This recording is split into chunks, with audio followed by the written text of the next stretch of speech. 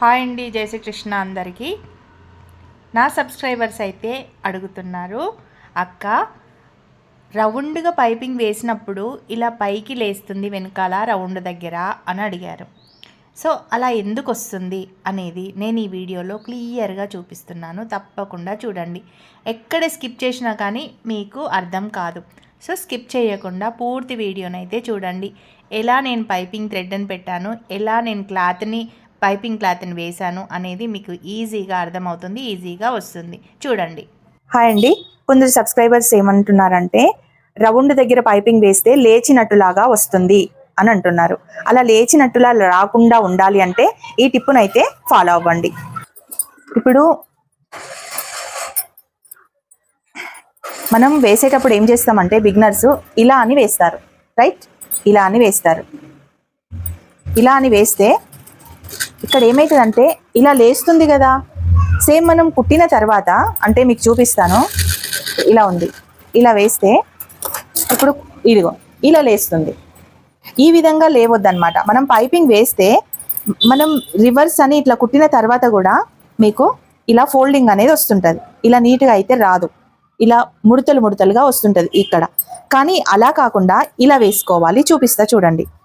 1 inch piping క్లాత్ని క్రాస్గా తీసుకొని 1 సైడ్ మొత్తం ఫోల్డ్ చేసుకోవాలి. మా వాళ్ళు కొంచెం ఎక్కువ తీసుకున్నారు క్లాత్ అనేది. ఇదిగోండి, ఇప్పుడు ఇలా ఉంది కదా. నెక్ని మనం ఈ విధంగా రౌండ్గా సెట్ చేసుకోవాలి. అంటే ఈ విధంగా ఒక హ్యాండ్ వచ్చేసి ఇదిగోండి ఈ విధంగా మనం పెట్టేసుకొని పాదం ఖర్చు మట్టుకే తీసుకొని చూడండి ఇలా సెట్ చేసుకోవాలి. ఈ వేళ్ళు ఉన్నాయి కదా, ఈ క్లాత్ని ఇలానే తిప్పుకోవాలి. ఇలా ఇలా అలా తిప్పుకుంటే మనకు కింద నుండి కూడా ఫోల్డ్ అవ్వదన్నమాట. మనం పైపింగ్ వేసిన తర్వాత కూడా ఫోల్డ్ అవ్వకుండా నీట్గా ఉంటుంది. చూడండి ఈ విధంగా టెన్షన్ కరెక్ట్గా టెన్షన్ ఎంత ఉందో అంతే మనం వేసుకోవాలి. మళ్ళీ చూపిస్తాను చూడండి. ఇక్కడ రౌండ్ తిరుగుతుంది కదా, ఇట్లా రౌండ్గా మనం అయితే ఫస్ట్ ఇట్లా పెట్టేసుకోవాలి.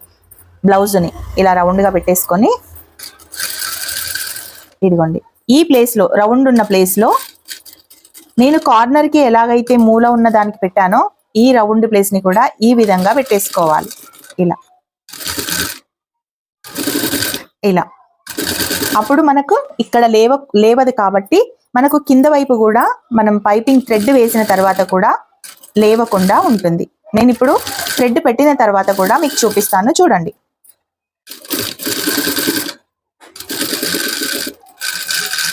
ఇక్కడ వరకు పెట్టి చూపిస్తాను. చూస్తున్నారు కదా, ఇప్పుడు ఇది లేవలేదు. కానీ బిగినర్స్ వేసేటప్పుడు ఏమవుతుంది, ఇది పైకి లేస్తుంది. సో ఇక్కడ కట్స్ పెట్టుకోవాలి. ఇక్కడ ఈ విధంగా మనం ఇలా టక్స్ అయితే పెట్టుకోవాలి. టక్స్ పెట్టుకుంటే కార్నర్స్ దగ్గర నీట్గా రౌండ్గా తిరుగుతుంది. ఇదిగోండి ఈ థ్రెడ్ ఇలా పెట్టేసి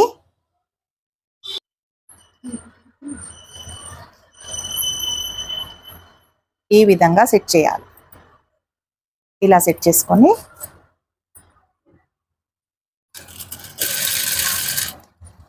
ఈ క్లాత్కి బ్లౌజ్కి అండ్ పైపింగ్ క్లాత్కి మధ్యలో అయితే స్టిచ్ వేసుకోవాలి. అయితే క్లాత్ని మాత్రం అస్సలు సాగనీయకుండా చేసుకోవాలి. చాలా నీట్గా వస్తుంది. పైపింగ్ కూడా చాలా సన్నగా కూడా వస్తుంది అండ్ సాగిపోదు. మీరు అడుగుతున్నారు కదా లేచినట్టులాగా వస్తుంది అని, ఆ విధంగా రాకుండా ఉంటుంది. ఇదిగోండి ఇలా మీకు ఇప్పుడు పైనుండి కుట్టు వేసి కూడా చూపిస్తాను.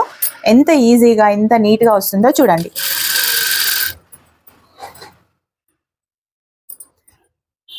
ఫస్ట్ నేను కూడా చాలా వాటికి ఫేస్ చేశానండి ఇలాంటి ప్రాబ్లము.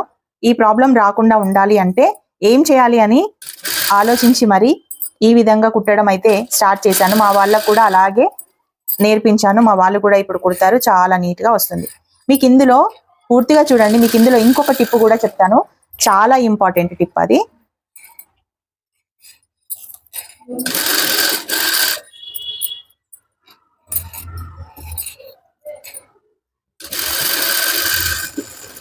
ఇదిగోండి చూసారు కదా, ఇప్పుడు మీకు ఎక్కడైనా లేచినట్టు అనిపిస్తుందా?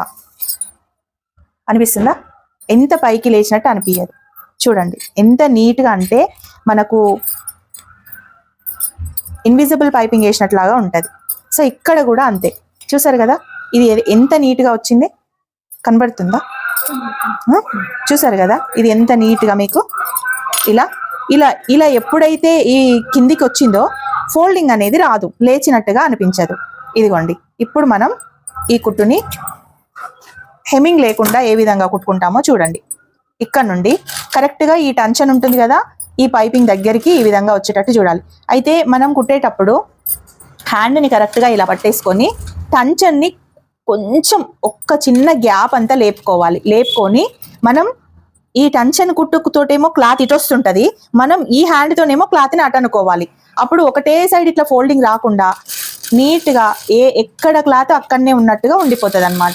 అంటే కొన్ని ముడతలు వస్తుంటుంది అనమాట. మనం కుడుతుంటే ఈ పార్ట్ కుడుతుంటే ముడతలు వస్తుంటుంది, ఇట్లా వడి తిరిగినట్టులాగా వస్తుంటుంది.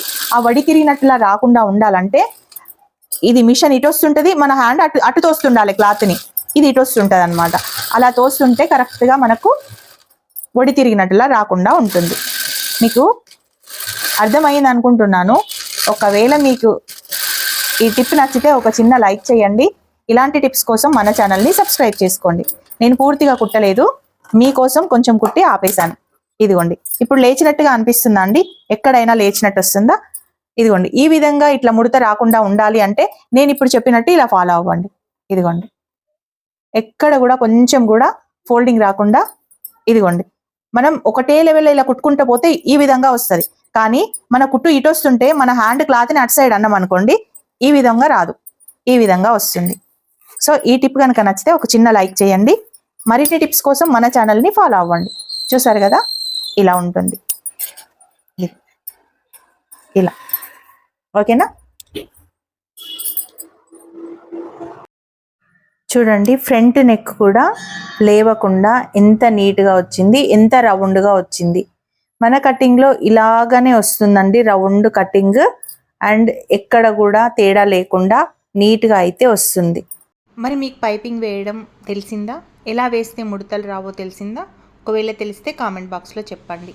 ఈ వీడియో కనుక అర్థమైతే ఒక లైక్ చేయండి, మన ఛానల్ని సబ్స్క్రైబ్ చేసుకోండి.